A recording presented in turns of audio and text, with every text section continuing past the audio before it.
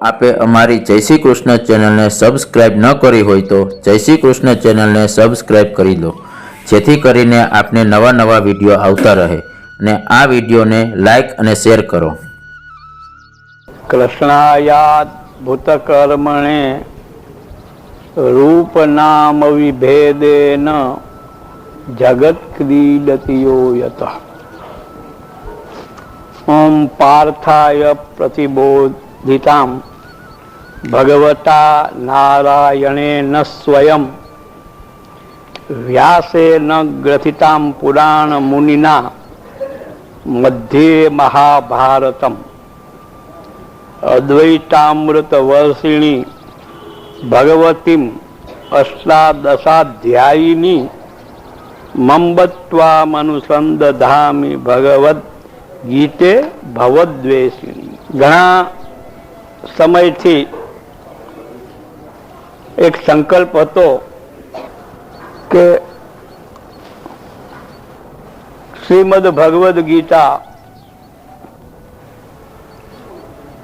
દરેક ધર્મ, હિન્દુ ધર્મ અને સંપ્રદાય જે ગીતાજીનો આધાર લઈને અને પોતાનો મત પ્રદર્શિત કરે છે, એવી ભગવદ્ ગીતા વિશે સળંગ પૂરેપૂરું વિવેચન થાય વિસ્તારથી અને એના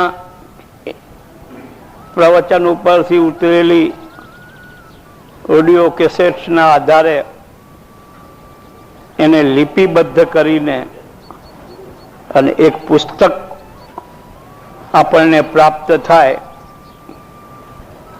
જેનો વિષય મહાપ્રભુજી શ્રી વલ્લભાચાર્યના દ્રષ્ટિકોણથી ગીતાનો શું અર્થ થાય છે, ગીતાના શ્લોકોનો, એ આપણો ઉદ્દેશ છે. ભગવદ્ ગીતા ઉપર શ્રીમદ શંકરાચાર્ય, રામાનુજાચાર્ય, મધ્વાચાર્ય, નિંબાર્કાચાર્ય વગેરે આપણા વૈદિક સંપ્રદાયનું સ્થાપન કરનાર આચાર્યોનું ભાષ્ય એટલે વિસ્તારથી વિવેચન મળે છે. એવી રીતે શ્રી વલ્લભાચાર્યનું ભાષ્ય ગીતા ઉપર નથી મળતું.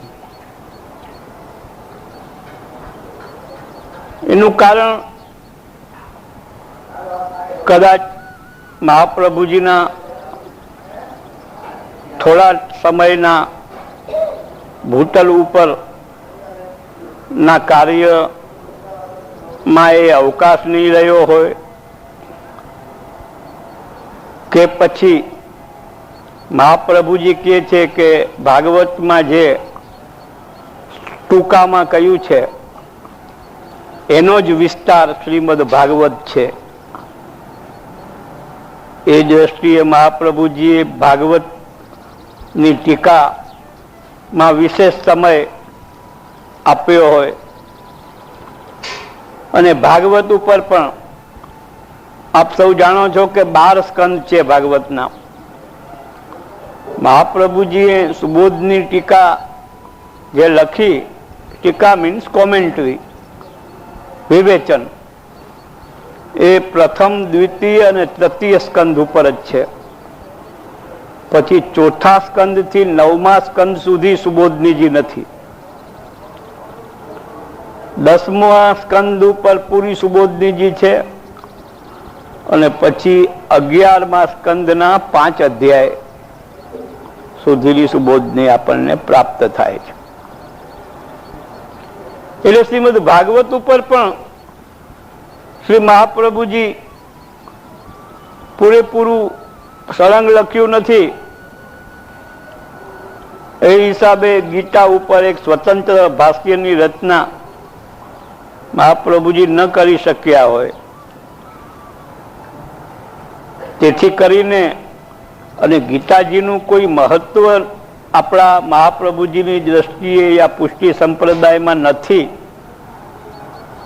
એમ માની લેવાની ભૂલ આપણામાંથી ઘણાઓએ કરી હશે અને આજે કરી રહ્યા હશે. પરંતુ મહાપ્રભુજીએ ગીતાજીનું મહત્વ સમજાવતા નિબંધના શાસ્ત્રાર્થ પ્રકરણમાં કહ્યું છે કે વેદાહ શ્રી કૃષ્ણ વાક્યાની વ્યાસ સૂત્રાણી ચૈવહિ સમાધિ ભાષા વ્યાસસ્ય પ્રમાણમ તચ્ચતુષ્ટયમ. કોઈ સંપ્રદાયનો સિદ્ધાંત જ્યારે આચાર્યો પ્રસ્તુત કરે છે ત્યારે સર્વપ્રથમ પ્રમાણ આપે છે કે હું જે કહું છું કે આ ધર્મ અને આ અધર્મ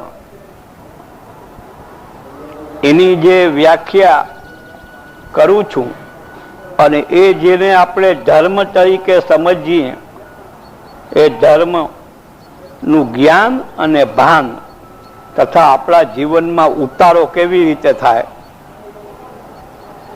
એ બધું જે કંઈ ઉપાય આપણને બતાવે એ ઉપાય નિરાધાર કાલ્પનિક નથી હોતા, પરંતુ એનો મજબૂત આધાર હોય છે અને એ આધારને આપણે પ્રમાણ કહીએ છીએ. ક્રિયાનો આધાર જેમ આપણું શરીર અને શરીરની શક્તિ હોય છે ક્રિયા શક્તિ, એમ જ્ઞાનનો આધાર પ્રમાણ હોય છે અને એ પ્રમાણ શંકરાચાર્ય પણ રજૂ કરે છે પોતાના ભાષ્યમાં અથવા ગ્રંથોમાં અને અન્ય આચાર્યો પણ કરે છે. એવી રીતે મહાપ્રભુજીએ પણ કર્યો. હાલાકી મહાપ્રભુજી વિસ્તારથી તો એમ કહે છે કે રામાયણ, મહાભારત, નારદ પંચરાત્ર, અન્ય પુરાણ સાહિત્ય જે કંઈ છે એ બધું પ્રમાણ તરીકે માને છે, પરંતુ મુખ્ય આધારરૂપ 4 પ્રમાણ વેદાહ એટલે વેદ અને ઉપનિષદ. ઉપનિષદ એ વેદનો છેલ્લો ભાગ છે એટલે એને આપણે વેદાંત કહેવાય.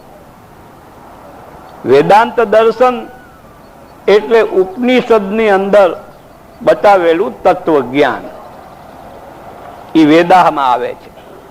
પછી તરત જ શ્રી કૃષ્ણ વાક્યાની,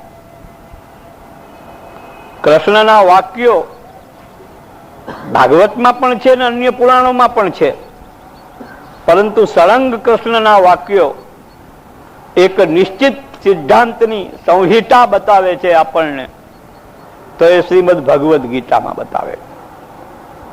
એટલે વેદ પછી તરત જ મહાપ્રભુજી ગીતાજીનો ઉલ્લેખ કરે છે,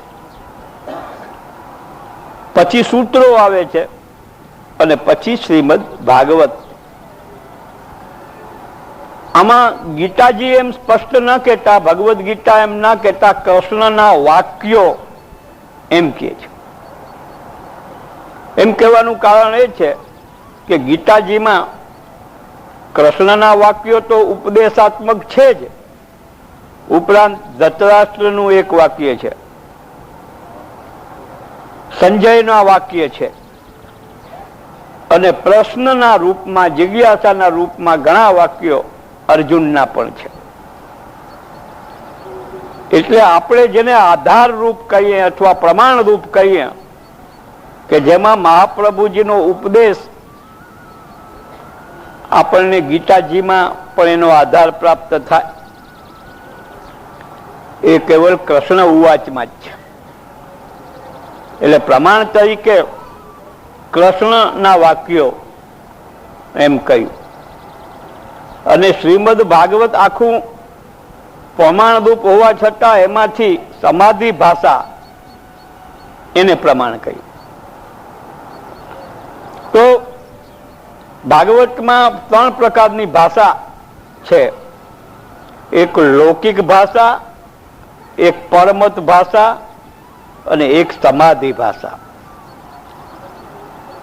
લૌકિક ભાષા અને પરમત ભાષા એટલે કોઈ લૌકિક ક્રિયા અથવા લૌકિક વ્યવહારનું વર્ણન જે આવતું હોય ભાગવતની અંદર એને પ્રમાણ તરીકે નથી ગણ્યું.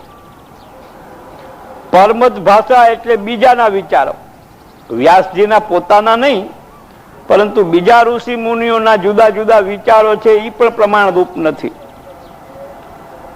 આધારરૂપ અને પ્રમાણરૂપ શ્રીમદ ભાગવતમાં વ્યાસ મહર્ષિએ સમાધિમાં જે કંઈ કૃષ્ણ તત્વનો યા કૃષ્ણ લીલાનો યા કૃષ્ણ સૌંદર્યનો અનુભવ કર્યો એ પ્રમાણરૂપ છે.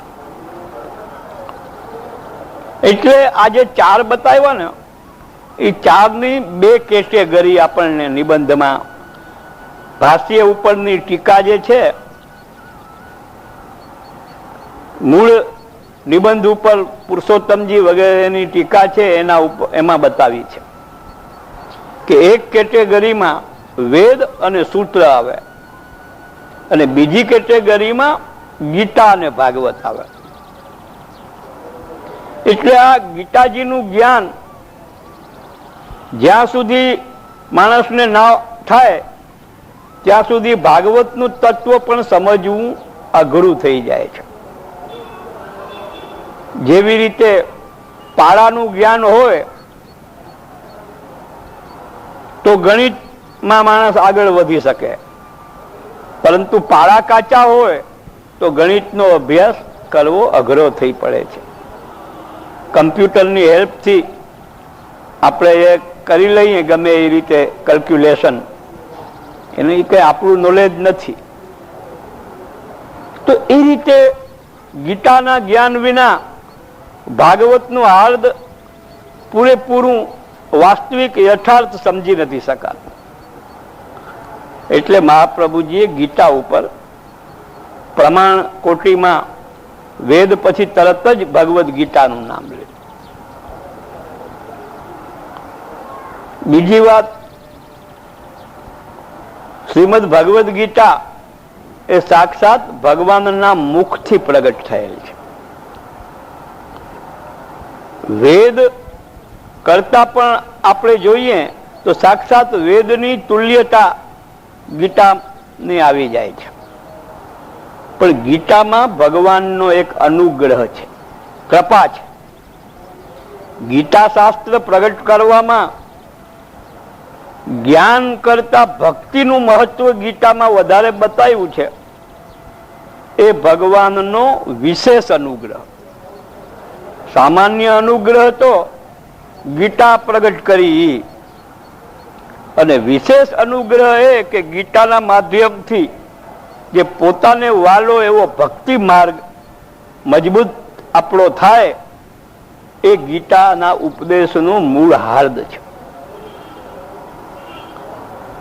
હવે એ અજ્ઞાન આપણા સમાજમાં રહ્યું છે, આજે પણ હશે, કે ગીતાજી એ પુષ્ટિ માર્ગનો ગ્રંથ નથી. આપણે ત્યાં સત્સંગ થતો હોય તો સત્સંગમાં આપણે વાર્તા સાહિત્ય અને શિક્ષાપત્રનું વાંચન કરીએ છીએ. ભગવદ્ ગીતા ભાગ્યે જ કોક સત્સંગ મંડળમાં એનો અભ્યાસ થતો હોય. સર્વે કરવા બેસીએ તો 100માંથી 99 ઠેકાણે ગીતા ના હોય, અને એકાદ ઠેકાણે હોય તો આપણને આશ્ચર્ય થાય. તો જે ને પ્રમાણ તરીકે મહાપ્રભુજી બતાવે છે એ ગ્રંથ જો પુષ્ટિ માર્ગનો ના હોય તો મહાપ્રભુજી શા માટે એને પ્રમાણ તરીકે બતાવે? અને મહાપ્રભુજી ત્યાં સુધી કે છે કે ભગવદીય એને કહેવાય. કોને ભગવદી કહેવાય? તો કે કૃષ્ણ વાક્ય પ્રમાણે શાસ્ત્રનો અર્થ સમજે અને સમજાવે. કૃષ્ણના વાક્ય પ્રમાણે શાસ્ત્રોને સમજી અને બીજાને સમજાવે એ સાચો શુદ્ધ બ્રહ્મવાદી છે અને ભગવદી પણ ઈ છે. આ વાક્યથી તો એકદમ આપણને નક્કી થઈ જાય છે કે ભગવદીયતા જેને આપણા આચાર વિચાર અને ભાવના અભ્યાસ કરતા કરતા જે સિદ્ધિ મળે એ સિદ્ધિને આપણે ત્યાં ભગવદીયતા કહીએ છીએ. ભગવદીય એટલે ભગવાનને વાલો લાગવા માંડે એવો વ્યક્તિ જે કોઈ હોય કે જે ભગવાનને ગમવા માંડે, વાલો લાગવા માંડે, વાસ્તવમાં ઈ ભગવદી છે. અને ભગવાન કહે છે કે ભગવદીએ મને વાલો, તો ભગવદી કોને કહેવો? તો મહાપ્રભુજી કહે છે કે કૃષ્ણ વાક્ય અનુસારેણ શાસ્ત્રાર્થમ યે વદંતી તેહી ભાગવતા પ્રોક્તા. એ જે ભાગવત અથવા ભગવદી છે શુદ્ધાસ્તે બ્રહ્મવાદીના, શુદ્ધ બ્રહ્મવાદી પણ એ છે. આપણા માર્ગના જે તત્વજ્ઞાન છે એને લક્ષ્યમાં રાખીને વિચાર કરીએ તો આપણો માર્ગ શુદ્ધ અદ્વૈત બ્રહ્મવાદ છે. અદ્વૈત મીન્સ બે તત્વ નથી, જે કઈ છે એ ઈશ્વર જ છે. બે તત્વ માનીએ તો દ્વૈતવાદ કહેવાય, અને બે તત્વ નથી એક જ છે એમ માનીએ તો અદ્વૈતવાદ કહેવાય. તો આપણને એમ થાય કે ભાઈ બધું ભગવાન જ છે, તો પછી જીવ અને ભગવાન, જળ અને જીવ, આ બધા ભેદો તો છે જ. જળ અને ચેતનનો ભેદ સ્પષ્ટ છે. જળ વસ્તુ છે અને આપણે મનુષ્ય ચેતન છીએ. તો જળ ચેતનનો ભેદ બે થયું ને, બે તત્વ થયું ને, એક જળ તત્વ અને એક ચેતન તત્વ. પછી ઈશ્વર અને ભક્ત કયો તો એ બે થયું, એક ભક્ત અને એક ઈશ્વર. તો બે તત્વ છે છતાં અદ્વૈત કેવી રીતે? તો એ મહાપ્રભુજી આપણને આ જ ગ્રંથોના આધારે સમજાવે છે. ગીતા, ભાગવત, સૂત્ર અને વેદ ના હિસાબે કે બીજું જે તત્વ છે ને એ પણ ભગવાન જ છે. જીવ પણ ભગવાન છે અને જળ પણ ભગવાન છે. એક તો ભગવાન પોતે છે જ, ઉપરાંત જે કઈ ચેતન જીવ યા પ્રાણી માત્ર છે એ, અને બીજું જળ પદાર્થ એ પણ ભગવાન છે. તો પછી જયારે બધું ભગવાન છે તો પછી ભક્ત અને ભગવાન, નાસ્તિક આસ્તિક, ધર્મ અને અધર્મ, નીતિ અને અનીતિ, આ બધાનો ભેદ જ ના રહ્યો તો અવ્યાવહારિકતા થઈ જાય ને. બધું ભગવાન છે તો કોકનું ખૂન કરી નાખે તો આપણે એમ કહીએ કે ભાઈ જેનું ખૂન થઈ ગયું એ પણ ભગવાન, અને જેને એનું ખૂન કરી નાખ્યું એ પણ ભગવાન. જેનું ખિસ્સું કપાઈ ગયું એ પણ ભગવાન, અને જેને ખિસ્સું કાપ્યું એ પણ ભગવાન. તો ન્યાય, નીતિ, ધર્મ બધું ખતમ થઈ જાય ને, ચોપટ થઈ જાય. એટલે બધું ભગવાન હોવા છતાં આ જે ભેદ છે એ ભેદને તત્વ જ્ઞાન દ્વારા સમજી શકાય છે. જ્યાં સુધી તત્વ જ્ઞાનથી એ ભેદ ના સમજીએ ત્યાં સુધી ભલે ગમે એટલું આપણે સાધના, ભગવત સેવા, સ્મરણ, પાઠ કરતા હોઈએ પણ આ ભેદ આપણી બુદ્ધિને નડતો જ રહીએ, શંકાનો કીડો સરવરતો જ રહીએ. અને જ્યાં સુધી આપણા સંદેહનું નિવારણ નથી થતું ત્યાં સુધી એ માર્ગ ઉપર ચાલી શકાતું નથી. એટલે શંકાના નિવારણ કરવાને માટે જ તો આ દ્વૈત ને અદ્વૈતવાદ આપણને સમજાવે છે. કોકને એમ થાય કે સીધું ભાવથી સેવા કરવી, સમજાવો ને કેવી રીતે સેવા કરવી. આ દ્વૈત અદ્વૈતનું લફડું ઊભું કરવાની શું જરૂર? પરંતુ એને તમે જ્યાં સુધી નહીં સમજો ત્યાં સુધી હજારો પ્રકારના લફડાનો સામનો કરવો પડે. એટલે જળ પણ ભગવાન અને જીવ પણ ભગવાન અને મૂળ ભગવાન તો છે જ.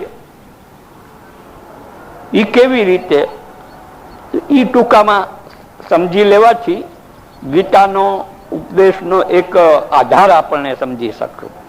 જેટલું બને એટલું તમે સરળતાથી સમજી શકો એવા શબ્દોમાં જટિલ વાત કહી રહ્યો છું. વાત બહુ જટિલ છે, પરંતુ એને સરળતાથી જો સમજી લઈએ તો એટલી જટિલતા પછી રહેતી નથી. ભગવાન બધું ભગવાન છે. સર્વમ ઇદમ ખલુ બ્રહ્મ, જે કઈ છે એ બધું ભગવાન જ છે. તજ્જલાન એટલે જન્મ સૃષ્ટિનો કરે છે, એનું પાલન કરે છે, એનો લય પણ પોતાનામાં કરી દે છે. આ આટલા વાક્ય ઉપર બધા આચાર્યો ના વાદો છે અને એનો સાચો અર્થ સમજવાને માટે ખૂબ શાસ્ત્રાર્થો થયા છે. તો આપણે આપણો વાદ સમજીએ કે જળ પણ ભગવાન અને ચેતન પણ ભગવાન અને મૂળ અંતર્યામી પણ ભગવાન અને એનું નિયામક, નિયંત્રણ કરનાર, સંચાલન કરનાર પણ ભગવાન. તો જળ રૂપે ભગવાન પોતે, ભગવાનની ઈચ્છા થઈ પહેલા જયારે કોઈ સૃષ્ટિ જ નહીં હોય, કરોડો વર્ષ પહેલા કદાચ કોઈ સૃષ્ટિ નહીં હોય, કેવલ પરમાત્મા જ હશે. પરમાત્માને રમવાનું મન થયું, વિચારવાનું મન થયું, વ્યવહાર કરવાનું મન થયું. તો આ બધું કરવું હોય તો એક તો રમવાને માટે ગ્રાઉન્ડ જોઈએ અને રમનાર જોઈએ. બે ચીજ તો જોઈએ ને. રમનાર હોય ને ઠેકાણું રમવાનું ના હોય તો કેવી રીતે રમે, ક્યાં રમે? અને ઠેકાણું હોય ને રમનાર ના હોય તો એકલા કેવી રીતે રમે? એકલા રમી શકાય છે? 2-4-6 મહિનાનું છોકરું હાથ પગ આમ કરીને અને એકલું રમતું હોય, પરંતુ જરાક એનામાં જ્ઞાન આવે પછી બીજા સાથે રમવાની વૃત્તિ જાગે છે. બીજો એના જેવો સમવયસ્ક બાળક હોય એની સાથે આપણને પણ આપણા સરખા સાથે કંઈક પણ રમત, પ્લેઇંગ કાર્ડ રમો કે ક્રિકેટ રમો કે ગમે એ રમત રમો, બીજો જોશે ને. એટલે ભગવાને રમવાનું બેકગ્રાઉન્ડ જે બનાવ્યું, તો બનાવ્યું તો ક્યાંથી લાવ્યા બધું? આપણે કઈ મકાન બનાવવું હોય તો ક્યાંકથી ઈંટ લાવવી પડે, ક્યાંકથી ચૂનો લાવવો પડે, ક્યાંકથી કારીગર લાવવો પડે, જુદે જુદે ઠેકાણેથી લાવવું પડે ને. તો ભગવાન આ બધું ક્યાંથી લાવ્યા? તો કે ભગવાન પોતે સદ, ચિદ અને આનંદ છે. ભગવાન સચ્ચિદાનંદ, એમાંથી જે સદ તત્વ છે એ સદ તત્વથી પોતે જ જળ બેટ બની ગયા, રમવાનું મેદાન બની ગયા એમ સમજો, જળ તત્વના રૂપમાં. અને રમવા વાળાના રૂપમાં ચેતન પોતે બની ગયા, રમવા વાળો પણ પોતે જ બન્યા, પોતાના તત્વમાંથી જ એક આવ્યું. એટલે આપણે ત્યાં દરેક ઉપનિષદની પહેલા એક શાંતિ પાઠ આવે છે, એની પછી ઓમ શાંતિ શાંતિ શાંતિ 3 વાર બોલાય. એની પહેલા કે છે કે આ પૂર્ણ જ છે, અપૂર્ણ નથી, ક્યાંય એમાં ઓછું નથી થતું. આપણે 100 રૂપિયામાંથી રૂપિયો કાઢી લઈએ તો 99 થઈ જાય.